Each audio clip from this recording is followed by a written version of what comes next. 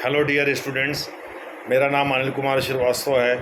मैं पीएसआईआर और पॉलिटी का शिक्षक हूँ। मैं आपको यह बताना चाहता हूँ कि आज का जो टॉपिक है उसे मैं वर्तमान जो टॉपिक चल रहा है उससे रिलेट करके पॉलिटी पर इनफैक्ट मैं अपना लेक्चर रिकॉर्ड करने जा रहा हूँ। और यह टॉपिक है स्पीकर लोकसभा के अध्यक्ष से संबंधित।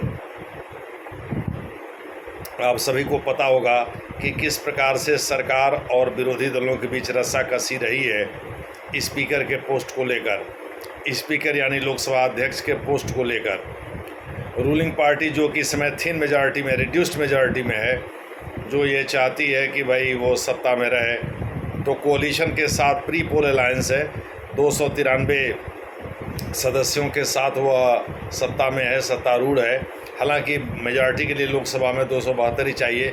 राज्यसभा की मेजॉरिटी और माइनॉरिटी से कोई मतलब होता नहीं है। हालांकि बहुत सारे ओकेजन पर ये एम्बेरसमेंट ज़रूर होता है कि राज्यसभा में बहुमत नहीं है। जैसे किसी बिल को पास कराना हो तो नहीं हो सकता। जनरली एक मनी बिल को छोड़ करके साधारण बिल हो या संविधान संशोधन बिल हो, इन दोनों पर बराबर की सहमति चाहिए लोकसभा और राज्यसभा की।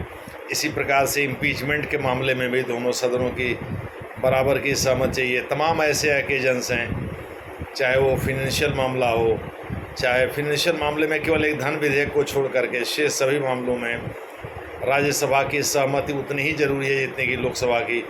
इसीलिए सरकार, कोई भी सरकार ये नहीं चाहती कि राज्यसभा में उसके पास मेजॉरिटी कम हो और उसे घिघियाना पड़े विरोधी दलों के आगे हाथ जोड़ करके। लेकिन अभी हम बात कर रहे हैं स्पीकर लोकसभा के अध्यक्ष की। यह पोस्ट इतना इम्पोर्टेंट क्यों है? क्यों राहुल गांधी एंड कंपनी चाहती थी कि भाई विरोधी दल के सुरेश साहब इस पद पर आसीन हों और वो इस पद को सुशोभित करें, जबकि बीजेपी जो कि सबसे बड़ा चंक है अपने कोalition गवर्नमेंट का, 240 सीटें हैं, वो चाहती थी कि उसका कोई लीडर यहाँ बैठे। अंततः हुआ वही। 17वीं लोकसभा के जो अध्यक्ष थे ओम बिरला साहब, वही 18वीं लोकसभा के भी अध्यक्ष बने हैं। और बीजेपी जो चाहती थी वही हुआ है। इस बार वो थोड़े सख्त भी नज़र आ रहे हैं पहली बार की तुलना में। दूसरे शब्दों में इस बार विरोधी दलों में भी थोड़ी सी भीड़ भाड़ बढ़ी है और राहुल गांधी को leader of the opposition officially appoint कर दिया है स्पीकर ने। तो इस प्रकार से थोड़ी रस्साकसी भी लाजमी है, हो ही रही है। तो आज हम लोग स्पीकर के रोल और फंक्शंस पर चर्चा करेंगे। आपको हम बताना चाहते हैं कि सरकार कई तरह से जा सकती है। 4 ऐसे इंस्ट्रूमेंट हैं मोशन के जो केवल लोकसभा में ही लाए जा सकते हैं, जिसमें कट मोशन है जो कि जनरली बजट के बाद आता है। उसके बाद से नो कॉन्फिडेंस मोशन है जो सरकार हटाने के लिए लाती है विरोधी दल। इसी के साथ कॉन्फिडेंस मोशन को इसी के साथ जोड़ते हैं जो सरकार लाती है। और तीसरा जो है एडजर्नमेंट मोशन है। चौथा सेंश्योर मोशन है। एडजर्नमेंट मोशन को भी सेंश्योर मोशन ही माना जाता है। मान लिया जाता है कि भाई सरकार के पास बहुमत नहीं है। अभी नीट पर एडजर्नमेंट मोशन यानी स्थगन प्रस्ताव दिया है विरोधी दलों ने, तो चाहे कटौती प्रस्ताव हो या अविश्वास प्रस्ताव हो, उसके साथ ही विश्वास प्रस्ताव को भी जोड़ लेंगे, या स्थगन प्रस्ताव हो या फिर निंदा प्रस्ताव हो। इन सभी को तभी रखा जा सकता है सदन के पटल पर, लोकसभा के पटल पर, जब स्पीकर पॉइंट ऑफ आर्डर का हवाला दे के कहें कि हाँ ना भाई आप रखने के योग्य हैं। अब जैसे एडजर्नमेंट मोशन ही है या नो कॉन्फिडेंस मोशन है या सेंश्योर मोशन है, इसके लिए 100 सदस्यों की सहमति चाहिए। ये बजट से रिलेटेड नहीं है। दूसरे शब्दों में लोकसभा के 100 सदस्य जब अपना अप्रूवल देंगे तभी इसे रखा जा सकता है पटल पर, और स्पीकर की पूर्व अनुमति चाहिए इसे रखने के लिए। तो पॉइंट ऑफ आर्डर स्पीकर किसी भी तरह से बना सकता है जिससे सरकार एम्बेरसमेंट से बच जाए।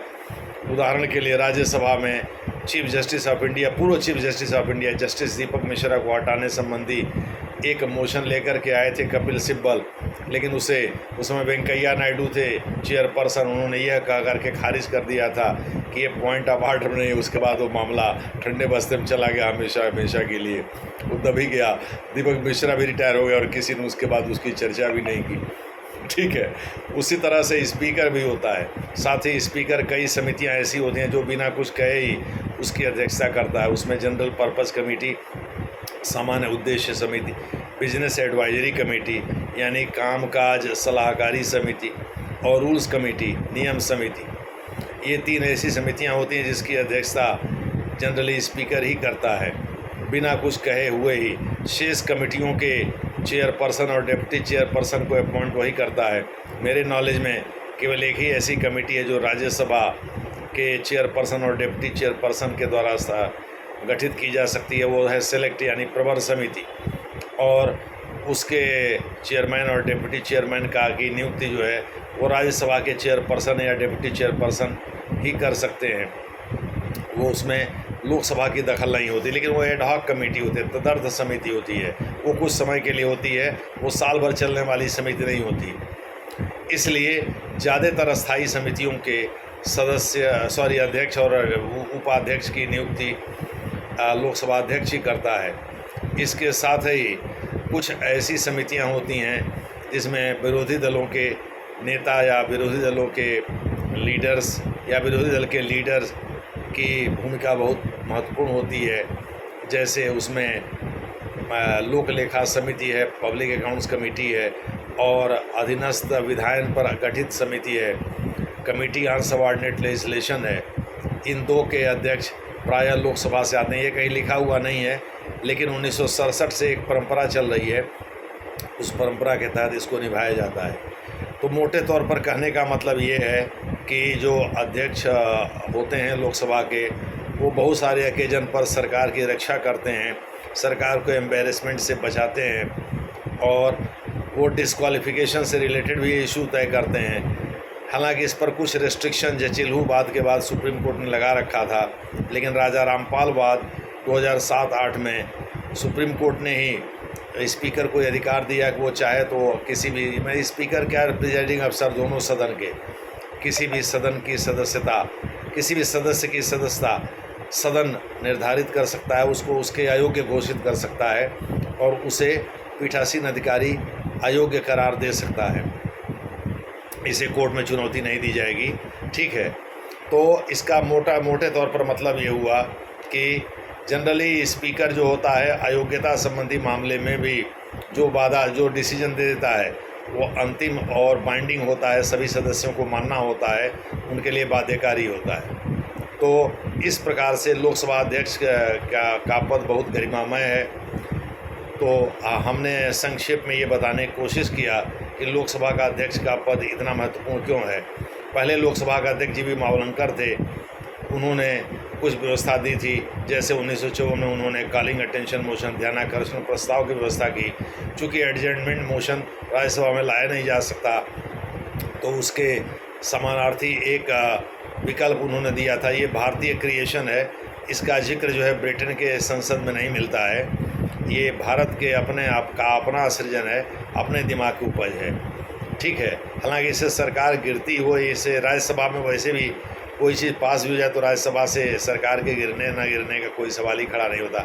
हाँ, एम्बेरसमेंट जरूर होता है सरकार को, खास करके राष्ट्रपति के अभिभाषण पर। जैसे पहले चुनाव के बाद जब मोदी सत्ता में आए थे तो उस समय जयराम रमेश ने एक मोशन मूव करके और 2014 या 15 में 2014 में ही राष्ट्रपति के अभिभाषण के खिलाफ प्रस्ताव पारित करवा दिया था। राज्यसभा में उस समय कांग्रेस का बहुमत था, तो एक एम्बेरसमेंट ज़रूर हुआ था, एक पब्लिसिटी मिली थी विरोधी दलों को, लेकिन उससे ज़्यादा वो कुछ कर नहीं सकते, सरकार गिरा नहीं सकते।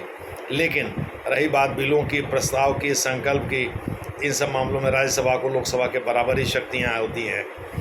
तो राज्यसभा में भी बहुमत चाहिए सरकार के पास, लेकिन सरकार में बने रहने के लिए नहीं चाहिए, इन सब प्रस्तावों को, इन सब बिलों को पारित कराने के लिए चाहिए। इसलिए मेरी नज़र में लोकसभा के अध्यक्ष का पद बहुत गरिमामयी है, बहुत महत्वपूर्ण है, और वो तभी तक अपने पद पर रह भी सकता है जब तक रूलिंग पार्टी का उसको सपोर्ट हो। अन्यथा 14 दिन की नोटिस दे करके उसे उसके पद से हटाया जा सकता है। उसका पद और उपाध्यक्ष का पद दोनों संवैधानिक पद हैं, और दोनों के पावर्स और फंक्शन सेम होते हैं।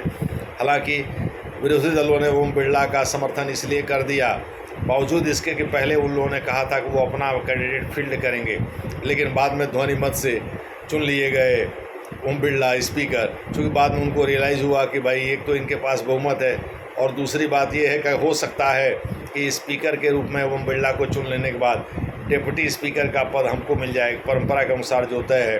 हालांकि बहुत सारे राज्यों में जहां कांग्रेस और विरोधी दल सत्तारूढ़ हैं, वहां उन्होंने स्पीकर और डिप्टी स्पीकर दोनों का पद अपने ही पार्टी के नाम रखा है। इसका मतलब ये कोई नियम नहीं है, ये डिपेंड करता है सरकार के स्वीट विल पे।